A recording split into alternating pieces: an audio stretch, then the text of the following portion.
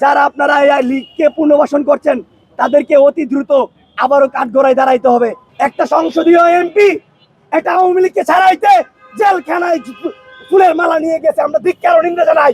আওয়ামী লীগের পুনর্বাসন যদি করার চেষ্টা করে আমরা আবারও কিন্তু রাজপথে নাইমা যাব। আমাদেরকে কোনোভাবে আটকাইতে পারবেন না বলে দিলাম। আমরা বিগত 18 মাস কোথাও কোনো টোল বক্সে বেশি টাকা পয়সা দেয় নাই। এখন বিভিন্ন পয়েন্টে পয়েন্টে আমাদের টোল বক্সে টাকা দেওয়া লাগে, এটা রিসিভ ধরায় দেয়। বাহ, কি সুন্দর ব্যবস্থা, সমঝোতা, কি সুন্দর সমঝোতা। আর আওয়ামী লীগদের পুনর্বাসন করে তারা নাটক করে। আরে ভাই, আপনারা যে নাটক করেন ওই নাটকের হিরো আমরা। ওই ভিলেনদেরকে পেটানোর জন্য তৈরি আছি সারা বাংলাদেশে। খুনি হাসিনার সাবেক এমপি মন্ত্রী যারা আছে তারা ডান্স করতে করতে আদালতে যায় কিভাবে?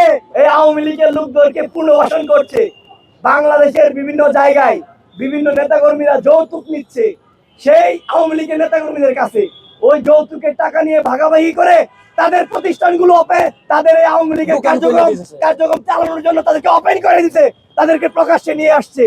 ভাই, এটার জন্য আমরা তীব্র প্রতিবাদ ও নিন্দা জানাই।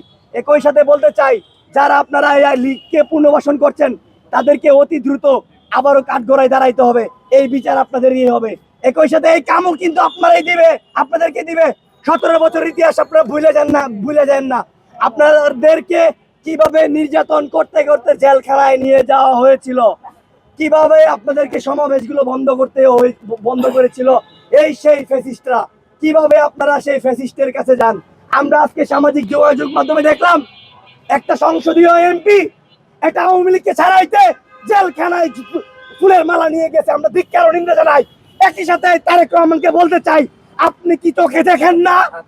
আপনি কি এগুলো দেখেন না? কিভাবে আপনার সেই সংসদ সদস্য, একজন রানিং পার্লামেন্ট সংসদ সদস্য এই ফ্যাসিস্টের লোককে মালা দিয়ে বরণ করে। এই জুলাই গণঅভ্যুত্থানের পরে আমরা ধিক্কার ও নিন্দা জানাই। জনাব তারেক রহমান সাহেব, আপনি এখনো আপনার নেতাকর্মী যারা আছে তাদেরকে হুঁশিয়ার হইতে বলেন। আওয়ামী লীগের কে পুনর্বাসন যদি করার চেষ্টা করে আমরা আবারও কিন্তু রাজপথে নাইমা যাব। আমাদেরকে কোনোভাবে আটকাইতে পারবেন না বলে দিলাম। এই আওয়ামী লীগ পাখির মতো মানুষকে গুলি করেছে, হত্যা করেছে। আমরা মনে করি মানুষ মানুষকে মারতে পারে না, যারা অমানুষ তারাই কেবল মানুষকে মারে। ঠিক, তার জন্য আমরা বলি এই সকল অমানুষদের কার্যক্রমে বাংলার মাটিতে চলতে দেওয়া হবে না। জনাব তারেক রহমান সাহেব, আপনার সুদৃষ্টি কামনা করি। বাংলাদেশে বিভিন্ন জায়গায় চাঁদাবাজি হচ্ছে, লুটপাট হচ্ছে, ধর্ষণ হচ্ছে। আপনি এগুলো নিয়ে কথা বললেন, প্লিজ দয়া করে একটু কথা বললেন। যেভাবে চাঁদাবাজি হচ্ছে, আমরা বিগত 18 মাস কোথাও কোনো টোল বক্সে বেশি টাকা পয়সা দেয় নাই। এখন বিভিন্ন পয়েন্টে পয়েন্টে আমাদের টোল বক্সে টাকা দেওয়া লাগে, এটা রিসিভ ধরায় দেয়। বাহ, কি সুন্দর ব্যবস্থা, সমঝোতা, কি সুন্দর সমঝোতা। এই সমঝোতা করেন, এইসব সমঝোতা বাদ দেন। আমরা বলতে চাই, কয়জনকে আপনারা থামাবেন? একটা হাতি মারা গেছে, সারা বাংলাদেশে অসংখ্য হাতির তৈরি হবে। কথা বলা যেহেতু আমরা গণ অভ্যুত্থানের পরে শুরু করেছি, আমাদেরকে কথা বলা সামাইতে পারবেন না। আমরা দেখতে পাচ্ছি আওয়ামী লীগদের পুনর্বাসন করে তারা নাটক করে। আরে ভাই, আপনারা যে নাটক করেন ওই নাটকের হিরো আমরা। ওই ভিলেনদেরকে পেটানোর জন্য তৈরি আছি সারা বাংলাদেশে। এই নাটক কম করেন। আর যে কোনো রাজনৈতিক দল, মানে বাংলাদেশে তো অসংখ্য রাজনৈতিক দল দেখতেছি তথাকথিত। জুলাই গণঅভ্যুত্থানের পরে আরো নতুন রাজনৈতিক দল হয়েছে।